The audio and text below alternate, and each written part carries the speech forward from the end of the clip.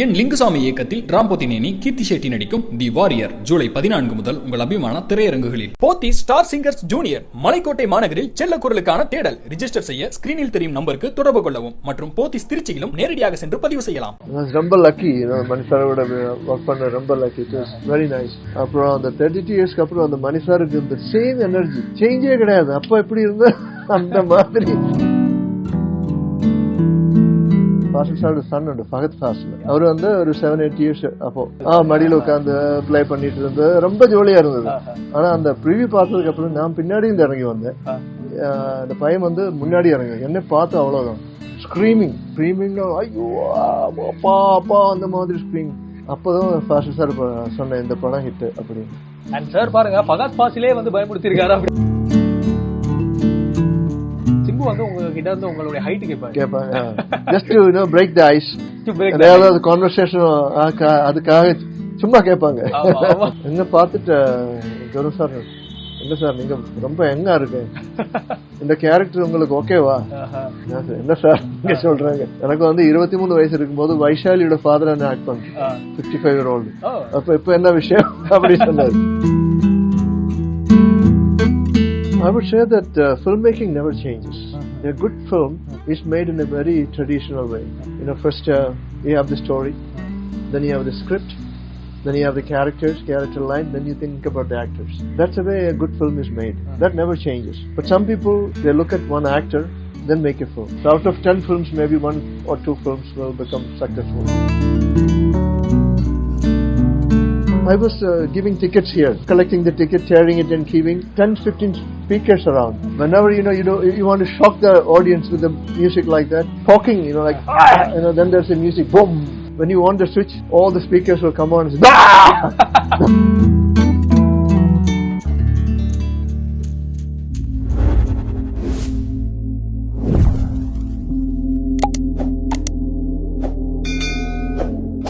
IndiaGlitz presents கற்றது சினிமாவை திருப்ஷாந்த்ல இன்னைக்கு என் கூட வந்து என்ன விட பயங்கர ஹைட்டா ஒரு பர்சனை நான் பார்க்க முடியுமா அப்படின்னு நினைச்சிட்டு இருந்தேன்.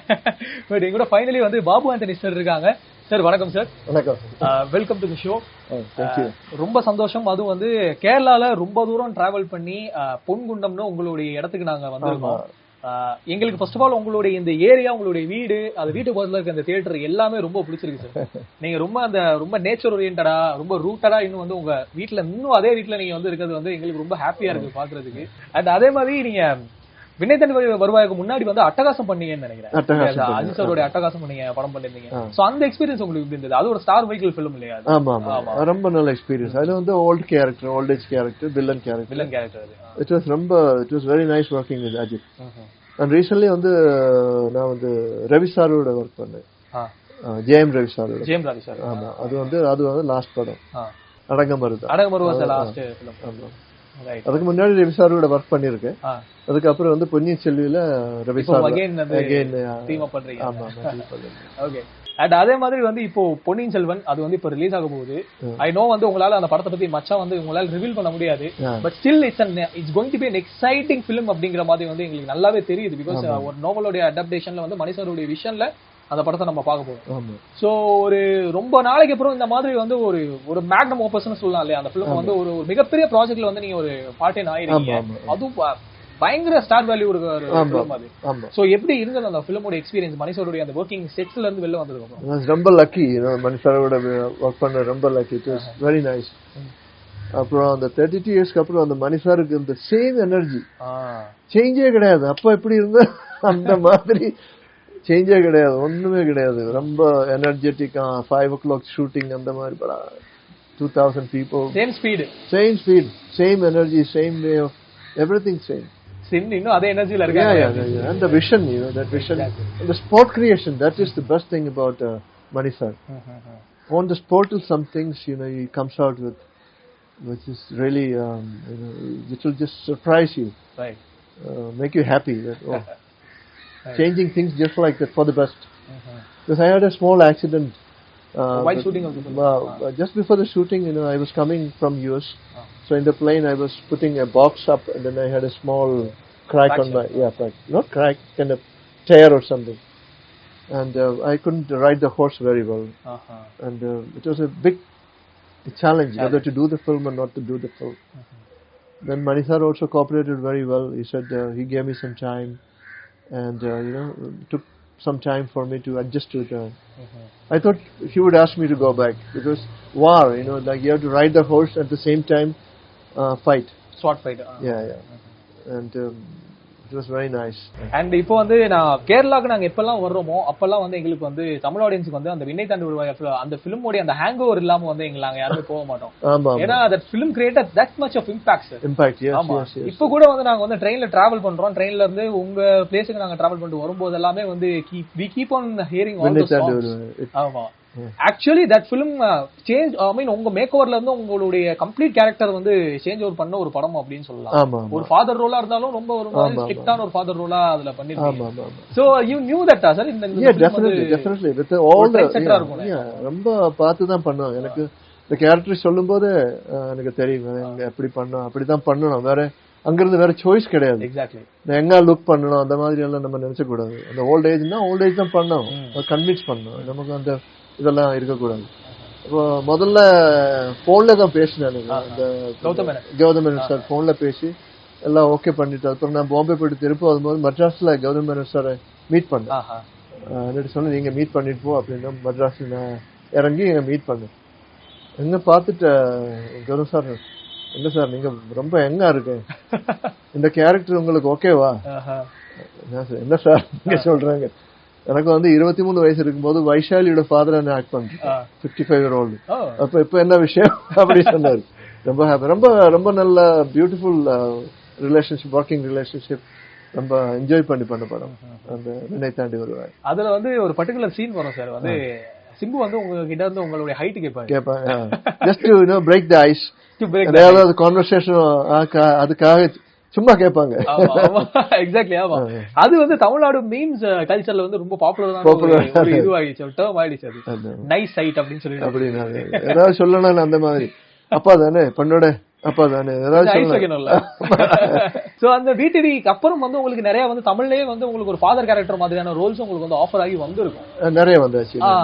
அது வந்து அந்த கால் வந்து அதுக்கப்புறம் வந்து நீங்க அதுல இருந்து கொஞ்சம் சேஞ்ச் பண்ணி நடிக்கணும் அப்படிங்க நீங்க எடுத்திருப்பீங்க சார், கான்ஸ்டன்டா ஒரு எஃபோர்ட். அது எப்படி சார் இருந்தது? அது வந்து நிறைய வந்தாச்சு. ஏன்னா அதுக்கு வந்து டெப்த் கிடையாது, டெப்த் இல்ல, கேரக்டர் டெப்த் இல்ல. ஜஸ்ட் ஒரு ஃபாதர் அந்த மாதிரி, யாராவது இருந்தா ஒரு ஃபாதர் அந்த மாதிரி. விண்ணை தாண்டி வருவாய் அப்படி இல்ல, அதுக்கு ஒரு டெப்த் இருக்கு, அதுக்கு ஒரு டைமென்ஷன் இருக்கு, எல்லாம் இருந்தது. சோ இந்த ஜெனரேஷன் பீப்புள் கூட வர்க் பண்றது வந்து உங்களுக்கு எவ்வளவு like how was it for you? ஒரு ஸ்ட்ராங்கான ஒரு பேஸ்மெண்ட்ல இருந்து வந்துட்டு இந்த மாதிரி வந்து ஃபிலிம் மேக்கர்ஸ் கூட ஓபன் ஃப்ரெஷ் ஐடியா பீப்புள் கூட வர்க் பண்றது உங்களுக்கு எப்படி sir? I would say that film making never changes. A good film is made in a very traditional way. First you have the story, then you have the script, then you have the character line, then you think about the actors. That's the way a good film is made. That never changes. But some people, most of the time now, because of the business, they look at one actor, then make a film. Going reverse. You look at the actor, then go reverse. Right. There's a huge risk involved. So out of 10 films, maybe 1 or 2 films will become successful. But if you're careful, right from the story, script, and the way I said, traditional way, the success of the film can be much more. You have more guarantee about a film. And content-wise, even shallow water has a depth. You don't need really huge subject to make a film. But with huge subject, you can make a film. And you can also make a film with a small, very small, maybe one line. Okay, this girl was living next to me, next door, between both of us. You can make a film like Vinnai Thandi Varavai. Exactly. Vaishali. In Mahabharata, there's only one line. And Bharathan made a huge film out of it. The subject doesn't matter. The filmmaker, how you treat the subject, how you do the casting, how do you frame it, that makes a difference. There is no generation for cinema, new generation or old generation. The cinema that we are seeing right now is made by a lot of talented people. It's already a platform. So you just go there, do your job, go back. Don't claim anything. You cannot claim. So this is new generation cinema. No one else can enter here. Those people are old generation. No, nothing like that. It is made by so many people working hard. It's a huge, huge setup. So all of us, whether what generation, are just coming here. It's like catching a plane, going to the airport, catch a plane, you land somewhere else. It's like that. So nothing changes. Doesn't matter old or new generation.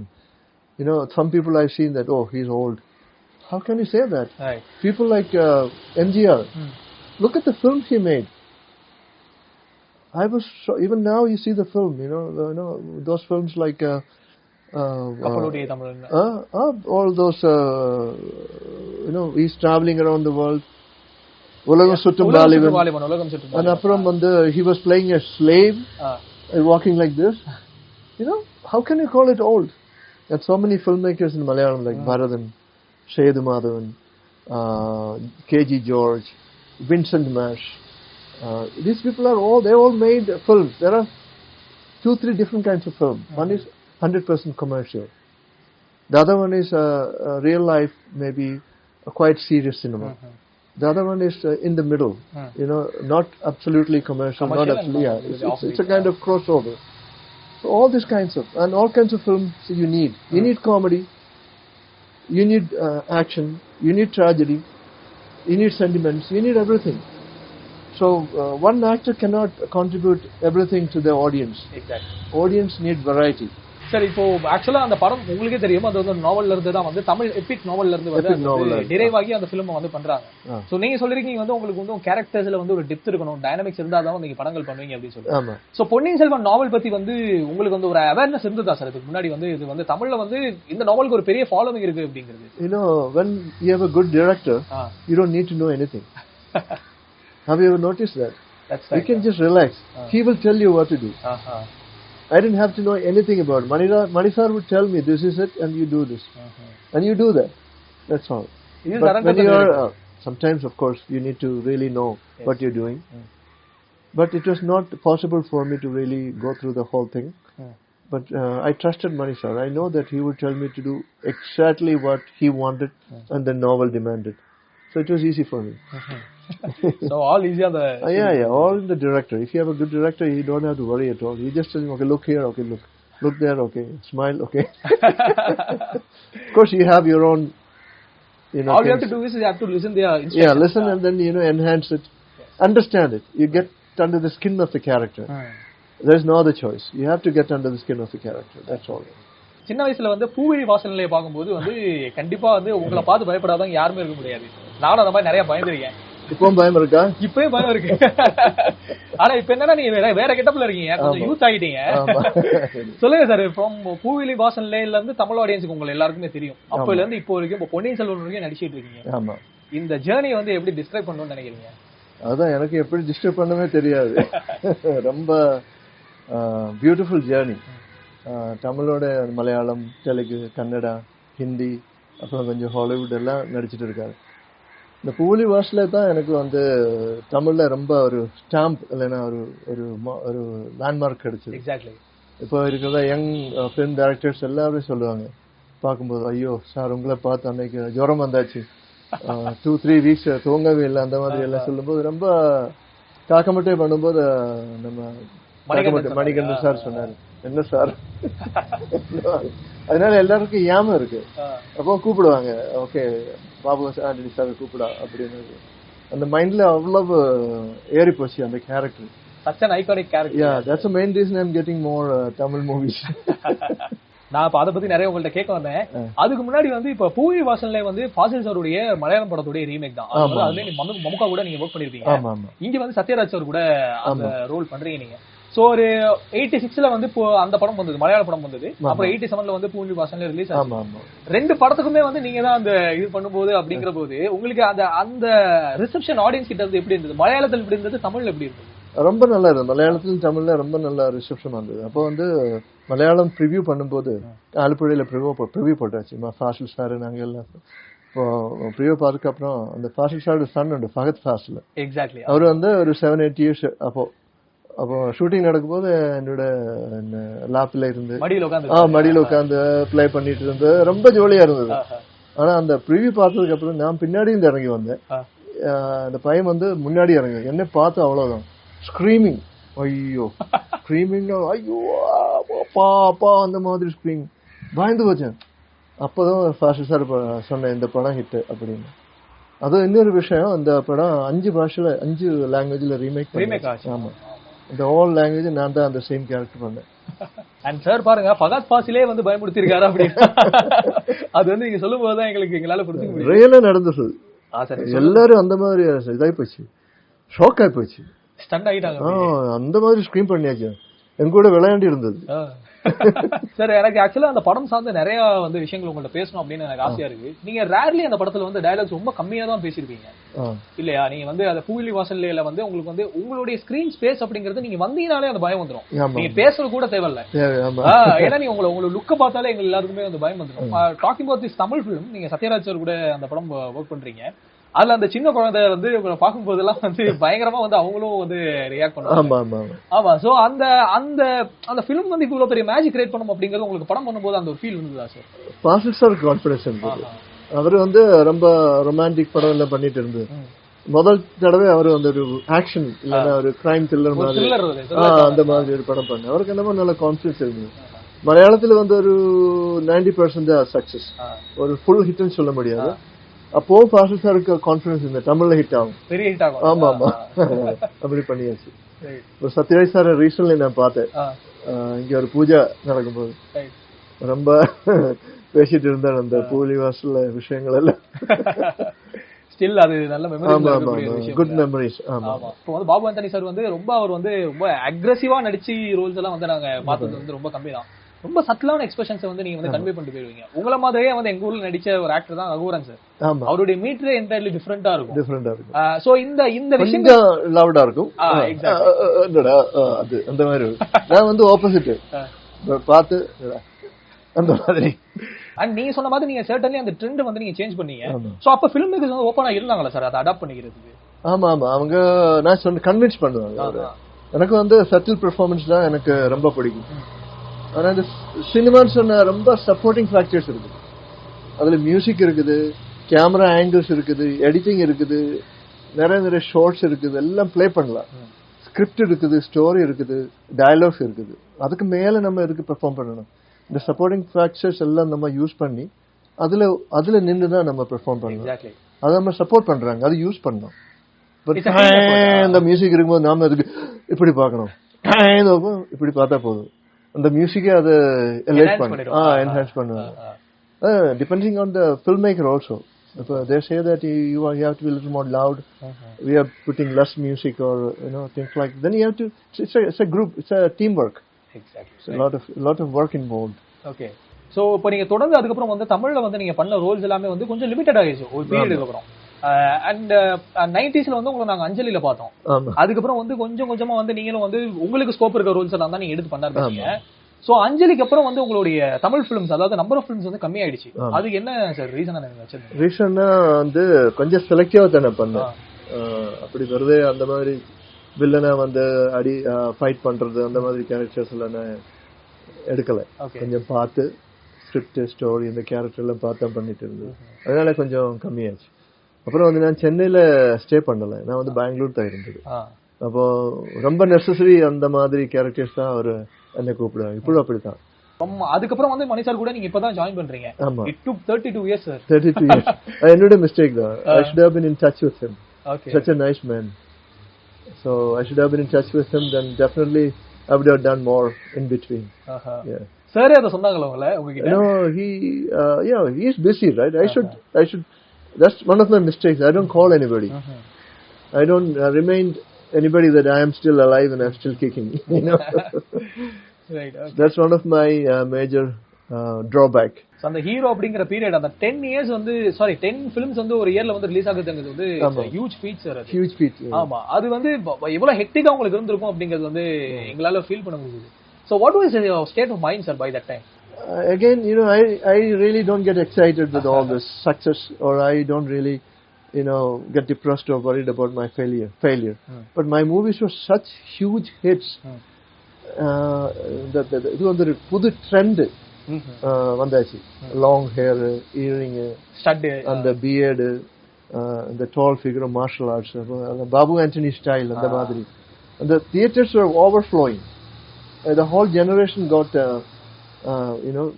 influenced. Even now, my movies, even in the third generation, they're celebrating it. Recently, a director called me and they are going to make a film, the second part of a film called Chanda, which released 32 years ago. Same character they want me to play. Now we are going to start on the 15th. Amazing. So all these three generations celebrated that film and they want a second part. So we were getting all the feedback from Facebook and everything. Chanda too, why don't you do it? Kids, they are not born. Even you are not born 32 years ago. Exactly. So I don't know. It's a blessing, that of course martial arts that gave me a lot of opportunities to start up. Yeah. Sir அந்த படத்துக்கு தான் இந்த லுக்கா sir கால்ல stud இந்த சந்தா அதுக்கப்புறம் இன்னொரு படம் வருது பவர் ஸ்டார்னு ஒரு படம் வருது அது வந்து ஆகஸ்ட்ல ஷூட்டிங் ஓகே அது வந்து ஒரு mafia based film mafia don தான் டிஃபரெண்டான ஆன்சர் ஆச்சு சார் நான் டோட்டலி அன்எக்ஸ்பெக்டடா இருந்தது நீங்க இத சொல்லும்போது எனக்கு அண்ட் நெக்ஸ்ட் திங் வந்து எனக்கு வந்து இப்போ உங்களுடைய இந்த வீட்டுக்கு பக்கத்துல வந்து உங்க தியேட்டர் இருக்கு I just want to know about that அந்த தியேட்டர் கனெக்ஷன் அண்ட் உங்களுக்கும் உங்களுடைய வீட்டுக்கும் என்ன இருந்தது அப்படிங்கிறது This theater belongs to my sister and brother-in-law. Of course my father also was helping and being around to build it. And we ran it for 20 years. Okay. And we stopped it 20 years ago. Because the film industry, after 95, the film industry had a downfall. Kind of didn't make the movies that was watched by the small town people, BC Sundays. My movies were all for BC Sundays. It was booming. After that it became now metro, like multiplex and all that. But even now there's a huge audience in small towns. They cannot watch movies. They don't have Netflix. They don't have Amazon or anything like that. They don't know how to use a phone properly. So my aim is to bring back that B&C Sundays, boom that. That's why I'm thinking about doing Chanda 2 and all that. I'm watching the pulses of the audience.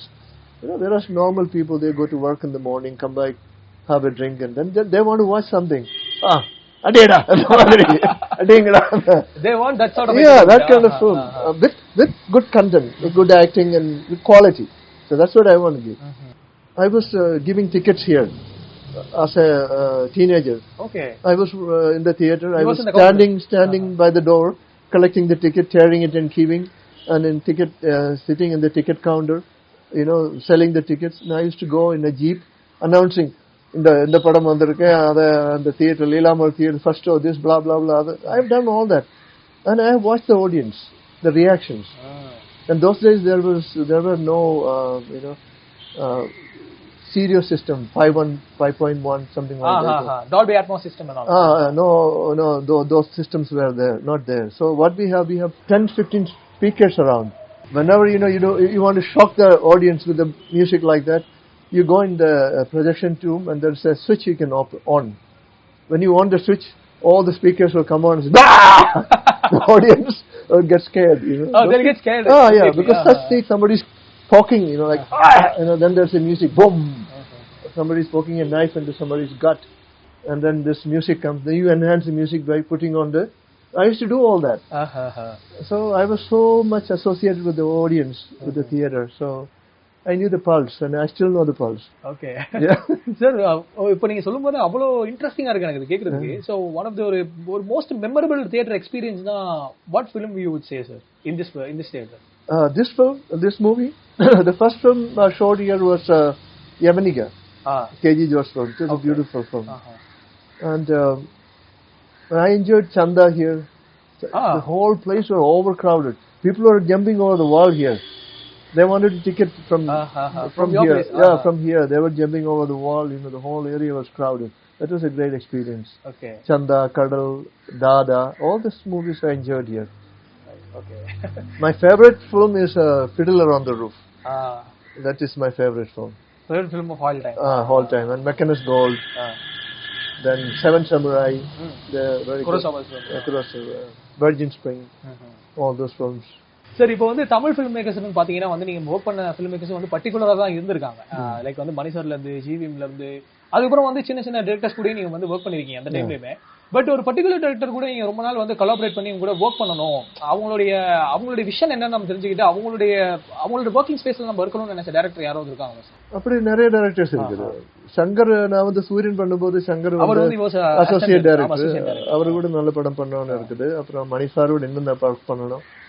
அப்புறம் நிறைய directors இருக்கு. ஆனா அவரெல்லாம் பார்க்கும்போது ஒரு strange feeling கிடையாது அவருக்கு. அவருக்கெல்லாம் ரொம்ப பாபு சார், பாபு ஆண்டனி, தெரியும், அந்த மாதிரி இருக்குது. அதனால ரொம்ப ஈஸி ஒர்க் பண்றதுக்கு. இந்த பூவெளி வாசல்ல எஃபெக்ட் தான், அந்த எஃபெக்ட் தான். பாபு ஆண்டனி தெரியும் எல்லாரும் பயப்படுறது ஒரு படம். ஆமா ஆமா, அது மறக்க முடியல. அந்த மாதிரி ஒரு still all this generation. Sir நீங்க சொன்னா நம்ப மாட்டீங்க, நாங்க இப்போ ஆட்டோல வந்துட்டு இருந்தோம், ரிக்ஷால வந்துட்டு இருந்தோம். அப்ப கூட ஆட்டோ டிரைவர்ட்ட கேட்டோம், பாபு ஆண்டனி சாரோட வீடுன்னு சொல்லி தான் முன்னாடி வந்து அங்கேயே ஸ்டாப் பண்ணிருப்போம்ல அப்படின்னு சொல்லி அவங்களே சொன்னாங்க. So such of the impact on the character. It's a big blessing. It's not my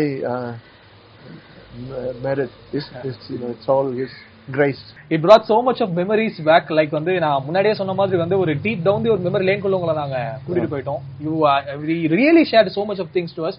Like வந்து உங்களுடைய அந்த தமிழ் ஃபிலிம்ஸ்லயும் சரி, நீங்க வந்து உங்களுடைய அந்த thirst for cinema வந்து it's still alive அப்படின்னு வந்து yes definitely நினைக்கும் போது வந்து it feels really amazing. And இதே மாதிரி எனர்ஜெட்டிக்கா வந்து ரொம்ப யங்காவே இருக்கணும் நீங்க பாக்குறதுக்கு. And thank you so much for your time, sir. Yeah, thank you so much for coming all the way from Chennai to a small town called Ponniyin. We really enjoyed this place, sir. Yeah. We wish to explore a lot. Yeah. Thanks a lot, sir. Thank you so much.